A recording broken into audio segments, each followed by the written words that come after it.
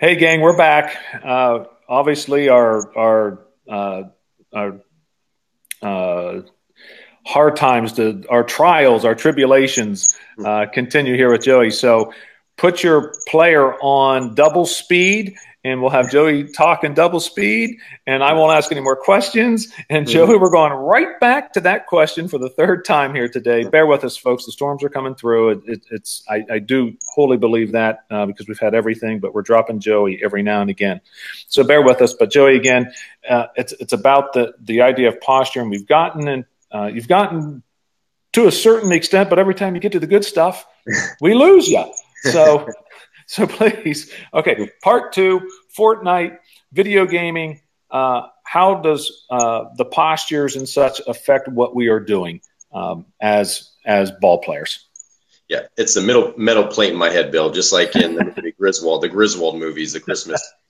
I'm the brother. Yeah. So the reality today, there's a study that I ran into a couple of years ago that was talking about that young athletes these days sit 80% of their day. And with sitting comes certain things like tighter muscles in certain areas and other muscles that tend to turn off. And for example, the hip flexor, the muscle, if you're standing there, you go to lift your knee, and one of the muscles responsible for lifting that knee, the hip flexor, tends to get really, really tight and short. And on the opposite side, the glute tends to shut off. And so that's why certain disciplines like gymnastics or dance are really, really good. Martial arts are good too, because it takes the body, or at least at the shoulder joint and the hip joint, through full ranges of motion. And when we're sitting, we're in a static position that is unmoving for the most part. And it creates this tension and relaxation or contraction of muscles and relaxation of muscles in certain areas. And the importance of being able to have the range there is I'm doing a stretching program right now that does a lot of hamstring stuff. So it's like for the mid split. And so one of the things is that the opposing relationships between muscles. So if I want to stretch my hamstring out, I have to contract my quad while I'm in that hamstring stretch, because that allows the hamstring to release and to stretch or to relax. I know it's tight. A lot of the ball players that we work with, whether they're softball or baseball, have really tight hamstrings. And when you do that, I mean, the hamstring's tight. It feels tight, but when you contract the quad, it gets that leg into an extended position or a straight position and allows that hamstring to relax. So our postures are anything sitting, which is you're going to be at school, they're going to be at home, they're going to be on video games, they're going to be on their phone. There's not a lot of times that they're not going to be sitting. And what's interesting is one of the best counters to what sitting does is rock climbing, because rock climbing does all the opposite things that sitting does. So you're looking up instead of looking down. Your chest is open versus chest is closed. So it's a pretty cool thing, I think. I mean, besides the ones I've mentioned, the gymnastics, dance, and martial arts, even swimming is good. Although swimming, you don't get a lot of hip stuff in the hip, a movement in the hip like you do with martial arts or dance or gymnastics. But those are good. But rock climbing can be thrown in there too, because again, it's doing the counter movements that sitting a lot of the time does, and the video game play. Okay, so we're talking about counteracting the physical aspects, the muscular aspects. After our last get-together, Joey, we had a question around the idea of vision and how does just working with screens, monitors, television screens for extended periods of time, how does that affect what we're doing as a ball player in particular? And I'm asking you this question based on a couple of ideas. Number one, you've worked with Dr. Faddy, who has done some unique work in training with eyes and pitch recognition. I believe you are familiar with some of the work that Rob Gray does down at Arizona State with like foveal vision and work and stuff like that. But have you found anything with, along those lines with playing all these video games affects the way of vision? Because you told us if you want to be a yoga master, do yoga. If you want to be a game master, be a gamer. So go ahead, please. Yeah. So I don't know if it was you or if it was one of my readers had commented, maybe it was on Facebook. They commented when I put that Fortnite article out. I think it was one of my readers on Facebook. And they said something like, I can't remember the rule that they stated, but for every 20 minutes of screen time or 15 minutes of screen time, you have to have 5 minutes off. So you need to be, if it's looking at something across the room or taking a break from the screen totally, but there has to be this, if you're going to focus on the screen, there needs to be a break after 15 or 20 minutes. I can't remember the exact rule that he said, but it made a lot of sense. So you can't be sitting there staring at a screen for hours on end, because it's not really going to, you're not giving your eye depth percept different things where you're focusing on something far and something close. You hearing me, Bill? Yeah. Oh, okay. yeah. Okay. Yeah. Yeah. I know. It's surprising. Sorry. So on the pitch recognition side, Dr. Peter Fatty, he talks about video occlusion, and he has an app, the GameSense. I think it's, if you search GameSense pitch recognition app, you should be able to find it on Google. And it is a way that you can do practice pitch recognition, get tested on it and evaluated on, it'll have a video of a pitcher throwing, and you can pick the level. It could be little league, it could be high school, college, or pro. And now they've added a bunch of softball as well. So they're bringing softball into the mix. And you would watch whatever level pitcher from either the right-handed or the left-handed batter's box, depending on what side of the plate you hit from. And you watch this pitcher go through their windup. They go through, and then by the minute they get here, the screen goes black. And then what it'll do, it'll bring up, was that a fastball or was that a strike or a ball? And then it'll ask you, what pitch was that? And I think they tell you, okay, this guy or gal throws a fastball, a curveball, blah, blah, blah. They'll give you those beforehand, I think. And then you have to, based on what that window looked like before the screen went black, you have to say what it is. And so you can do that over and over and over on your screen. And that's a really, really good way to develop the repetition and the data collection. But he also talks about drills, the sixth tool, I think he calls it, pitch recognition. It's a book that he's got. And he talks about the drills that he kind of formulated in the Cape Cod, because he had it from a educational sense and studies based the video occlusion. And then he was wondering how to apply that. So I think he took that to the Cape Cod. And then those guys helped him kind of formulate some stuff. Okay, maybe we could try this with this drill. So those are two really good things, both the app and the drills that he talks about having to do with video occlusion and pitch recognition.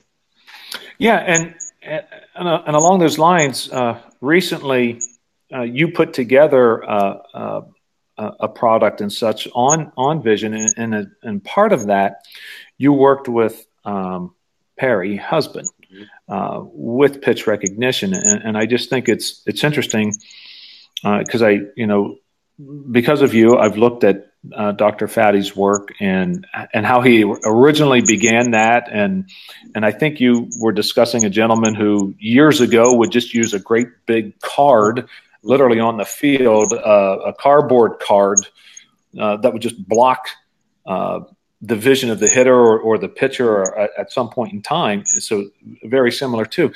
So in what you're saying then, not all gaming is bad. Mm-mm. No. Yeah. So in a sense of perhaps visual, because I would think that there's some scanning, I don't know English words here today, but there are, I believe there might be some influences of scanning that we use as hitters more so. And I do believe there are studies that show that particular, major league or elite hitters are certainly using a different visualizing technique compared to an amateur hitter. Are you experiencing that? Have you seen that? Yeah, so top hitters, and some of this is you talk about, are great hitters born or are they made? And it's a combination of both. So there's software and hardware, right? So the software in the brain, a lot of times that the software is there, or the hardware is there, and they just have to upgrade the software. So they kind of have to be taught. Some players have to be taught how to do a certain thing, and then they catch up really quick. So then you're also battling the below average, average, and above average learnabilities. So the above average learnability hitters, those are the rare ones. The below average are the rare ones. And they're rare probably in a sense that they just stop playing the sport because they're not good at it. But the average, so we're dealing with mostly average learnability kids. So teaching them these things where you're talking about, you mentioned the coach that would put the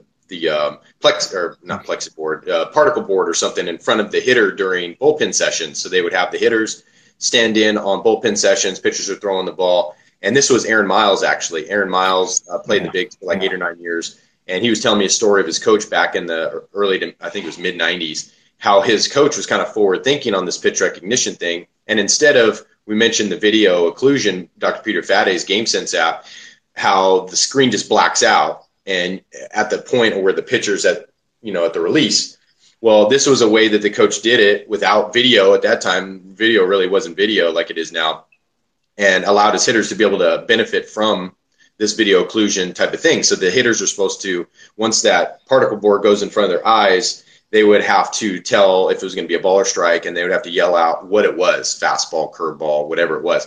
So what's cool about that is now you are working, your pitchers are getting work and your hitters are getting work. So not only pitchers physically getting work, but now if they're hearing the hitter call out their pitch every time once they start getting it, then that tells the hitter, maybe I need to mask it better.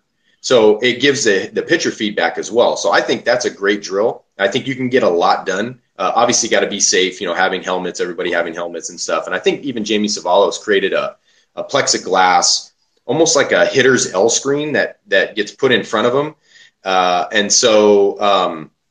And you could do the same thing there, but then the hitter doesn't have to worry about getting hit.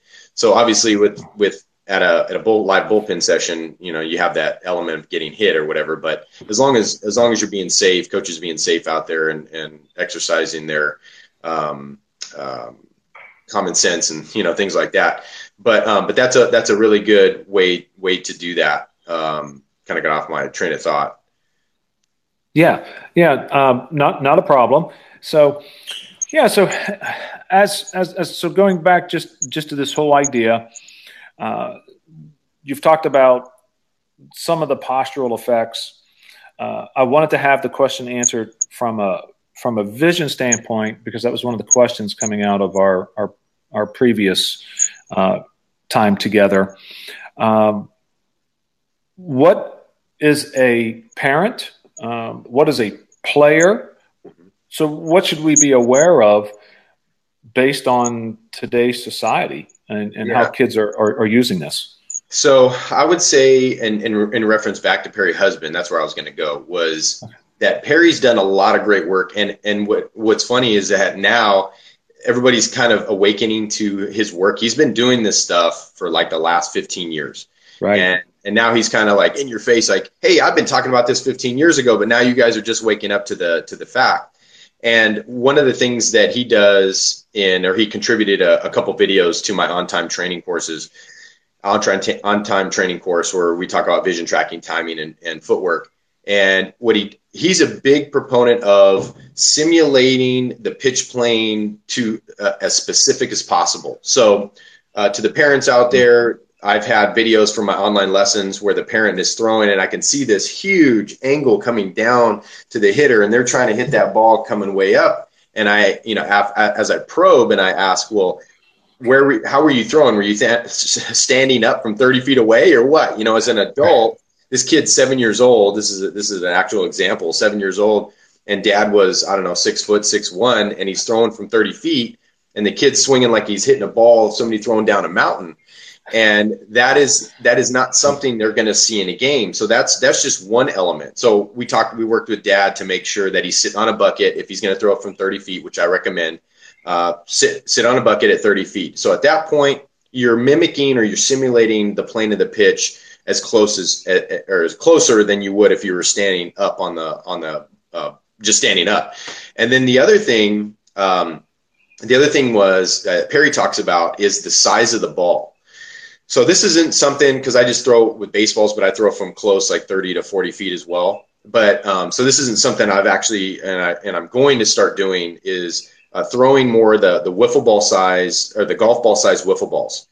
So what he says is that from the normal pitching distance, whether it's the 45, girls a little different, but still the softball is going to look smaller, almost maybe look the size of a baseball. So for the girls, it might be good to hit baseball sized wiffle balls from 30 or 40 feet, or 25 and 35 feet, right? But baseball, right. Because it's 60 feet away, 6 inches, or 45 feet away, like in Little League, or 50 feet, whatever, pony leagues, or 55 feet, whatever, is that looks to the hitter at that point, from that distance, looks like a golf ball out of his hand. So how to simulate that from 30 or 40 feet, you use a golf ball size wiffle ball. So now the hitter's actually seeing what he's seeing from 60 feet or 45 feet. He's seeing a small ball. And so when you're throwing it, and you can throw it in ways, you can make it dive, you can make it do different things. And the wiffle ball in general is just really good for off speed, is simulating off speed pitches. So you're simulating the plane of the pitch, not standing up, sitting on a bucket and throwing. That's not just being lazy. Also being able to throw more strikes. Some coaches out there have a bad wing, so I don't recommend throwing from 60 feet, 6 inches. If you can do that, but I would rather, I can spot better from a shorter distance, so you have to simulate that plane of the pitch. The other thing is the size of the ball from that distance, because you want that to look the same as it does from the normal distance. So if you can get a hitter looking at the shape of the hand, the shape of the arm, or the shape of the hand, so it's like on a curveball, you're going to see more of like what Dr. Peter Fatty calls a skinny wrist versus a fastball with more of a fat wrist. Some of my hitters, we talk about all these different cues. So that's one of them. The other one is just the shape of the arm as it's coming through. Sometimes pitchers change their, they might throw a curveball. I call it the bicep curl position, where they'll throw a curveball in this position, versus a fastball they'll throw from a 3/4 position. So you can see the shape of the arm changes, and it's easy. If I threw as hard as I can, I didn't have a ball in my hand, but you just had to pick up the shape and the color of my arm, that fleshy color of my arm. If I'm out here versus here, my kids, once I tell them that, they're like 5 out of 5 when we do it. They can pick up whether I'm throwing a curveball or a fastball.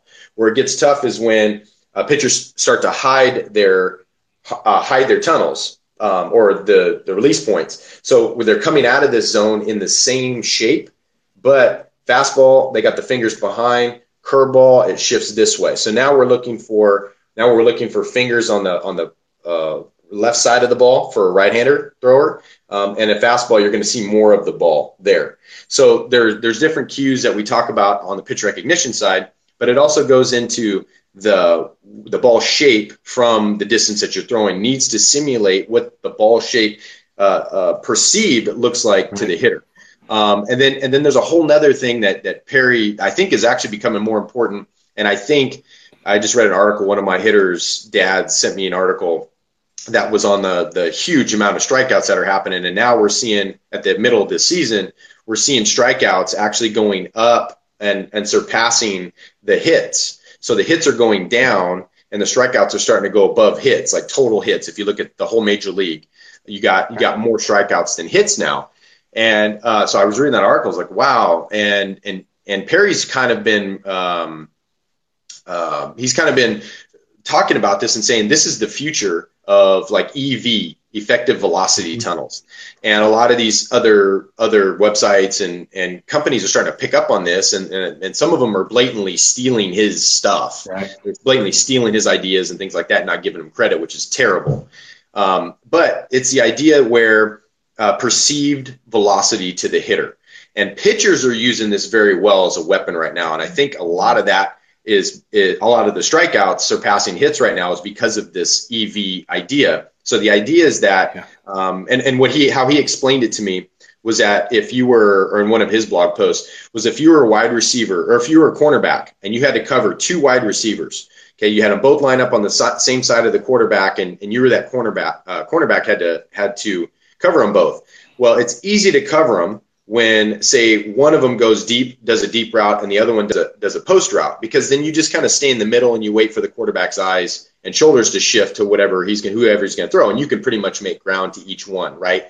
Where it makes it really difficult to cover both is if you have one doing a deep route and then you have one do a 10-yard sprint and then cut straight, do a 90-degree cut straight up the middle. Now you have to make the decision, okay, I need to probably protect this deep guy because we don't need a touchdown right now. And just hopefully my teammates can cover this guy going across the middle. So he explained it that way as a metaphor, easy to understand. And then he said, okay, with pitches, what happens is the pitch that's closer to the eyes of the hitter is perceived faster, and it can be like a +3 mile per hour.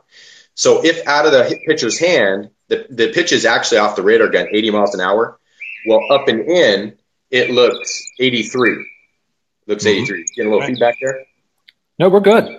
I'm getting a little feedback, a little whistling going on. Maybe that's the birds outside the window. Birds. Is it? Yeah. Is it? Okay, hey, well, that's a good thing. That means maybe got a little break in the action. So you have the pitch that's closer, it looks faster. When it's farther away from the eyes, say low and outside, it's perceived slower to the hitter. So that 80 miles an hour looks 77. So you have a 6 mile an hour difference in the pitches there. And so timing wise, to cover both of those is really tough. And when you have a pitcher that can go 94 to 97 up, we're talking about major league, 94, 97 up, and then he goes change up that's maybe mid 80s to low 80s away, not only do you have the speed difference there, but you also have a perceived speed difference. So for the hitter to cover both of those pitches timing wise, it's very difficult. It's like being the cornerback trying to cover those wide receivers where one goes deep and one does a 90-degree cut after 10 yards. But when a pitcher says, and this is where it's kind of difficult, was difficult for me to understand, but as I read more on it, I get a little bit better knowledge about it. If the pitcher does the reverse, says take the changeup, throw it up and in, which is the kind of high perceived velocity, and then goes hard away, which is actually supposed to be lower speed velocity, well, what he's doing is he's making those pitches look the same timing wise. He's making it easier for that hitter to time those pitches because now he's basically making it to where the cornerback is covering the deep wide receiver and he's covering the post wide receiver. So it's a lot easier for the hitter to do that. So what pitchers have over the last probably 5 years, I think, is when I started hearing this drumbeat of this effective velocity thing, pitchers started to do this to hitters. So then I asked Perry, I go, well, Perry, how do you counter this? What is the counter for hitters, right? Because he's kind of been at the forefront on the pitching side and on the hitting side too. And so he said, well, you have to start hunting pitches. So it makes a lot of sense. It's harder at the lower levels to do this because pitchers, they know what they want to throw. They know where they want to throw it, but it doesn't often go there. Right.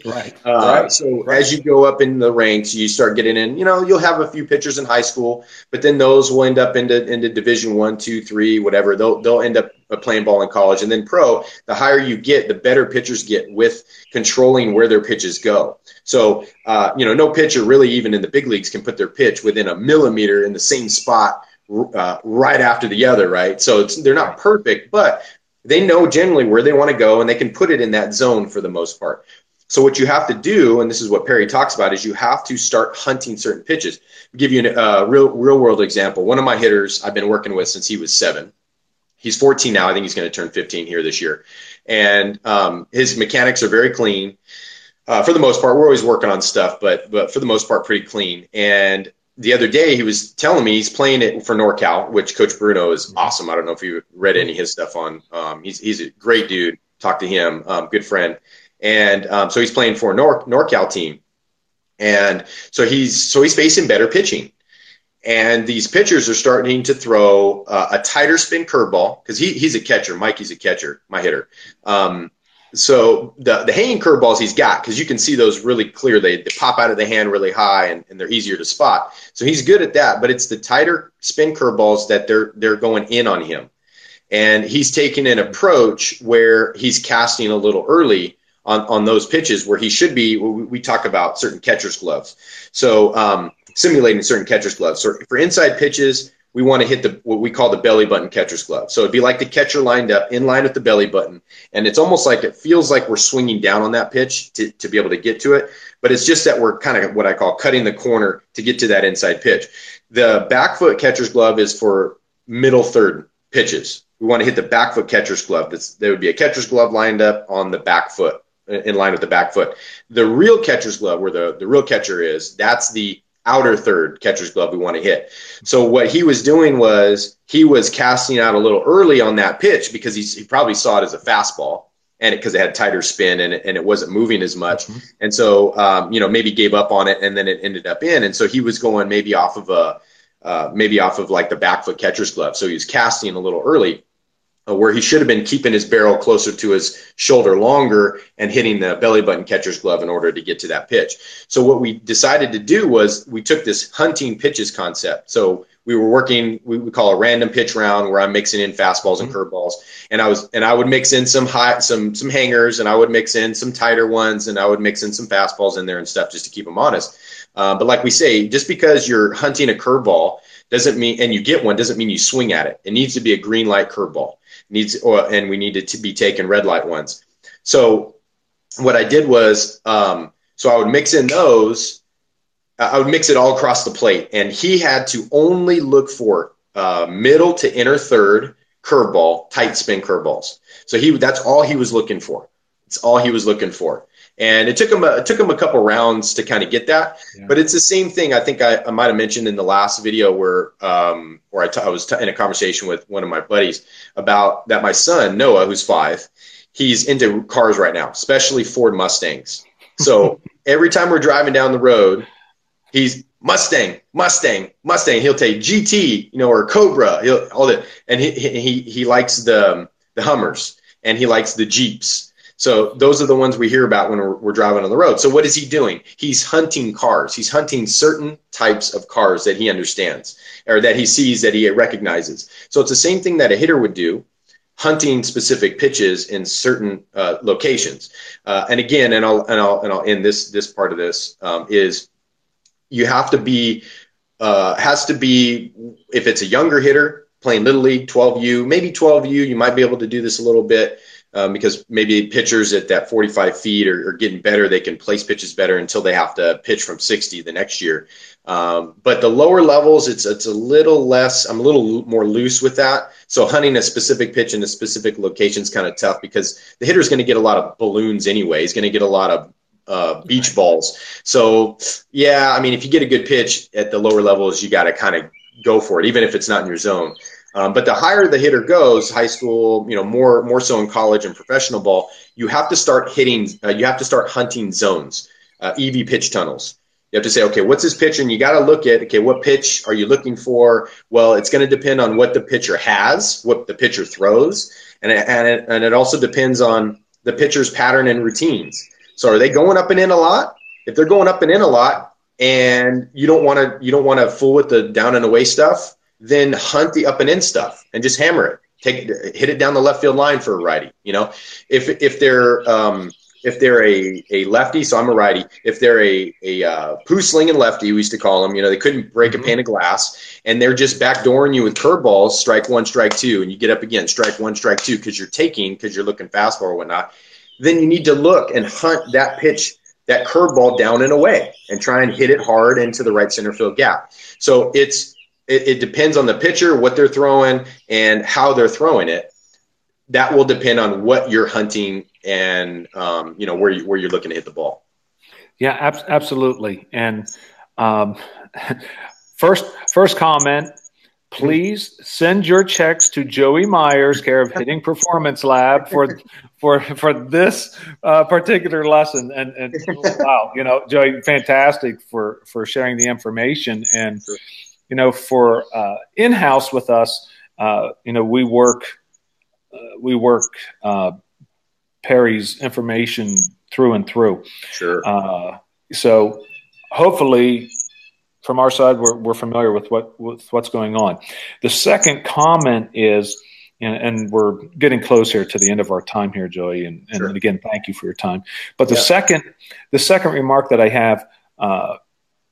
Not so much a remark as it is a request, because you delved heavily into the physical. How do we go about doing this? If you were a coach here today, you just go back and listen and take ample notes, because you've got 10 practices. Yeah.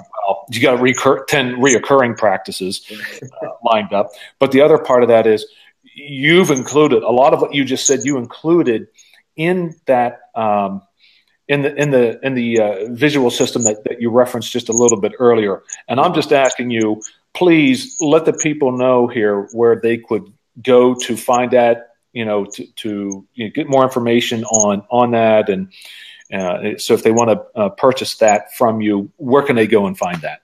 Sure. Yeah. And of course, a lot of this, I'm taking the things that work and I'm throwing away the things that aren't. So first, go to Perry Husband's site, hittingisaguess.com. He's got 2 or 3 timing courses, I'm pretty sure. Yeah. And you can go there and he's the man. I mean, he's the source. I went to him actually for my over underload training that I do with my hitters. I went to him because he's the one that came up with that. And again, everybody's stealing it and they're taking it and not giving him credit, which is terrible. You need to give credit out there. And I'm tired of seeing a lot of these gurus that are doing stuff and they're not giving credit to the guy that came up with it. So that's the first thing. Hittingisaguess.com. He's got a lot of stuff. He doesn't really, he's pretty active on Twitter. I don't think so much on Facebook. He doesn't do a lot of blog posts, but his blog posts are good. When he does one, they're really good. And I actually foresee that he's going to be doing a lot more soon because he just, I think, put together a new lab. He just remodeled where he's at, his cage and stuff like that. Right. So I'm sure he's going to have all kinds of cool stuff, techie stuff and whatnot. I'm sure he's going to do more blogging and whatnot. I know I've been asking some people for guest posts and he's like, dude, I'm there. He goes, just let me finish my lab and we'll get going. So there's going to be probably a lot of cool stuff coming out from Perry. So go there first. The other side, because Perry did contribute a couple videos in my course, Reaction Time Mastery. So that's where all the vision tracking, timing, and footwork, that's that course. So you can go to hittingperformancelab.com, click on courses, and then in there, I think it's red. I just changed up some of my product images, but I think it's red. But Reaction Time Mastery, and a splinter of that course, or the top 20% of that course, I put into a smaller version. It's called On Time Hitter 2.0, Engineering the Alpha. So I think that's $19, $19.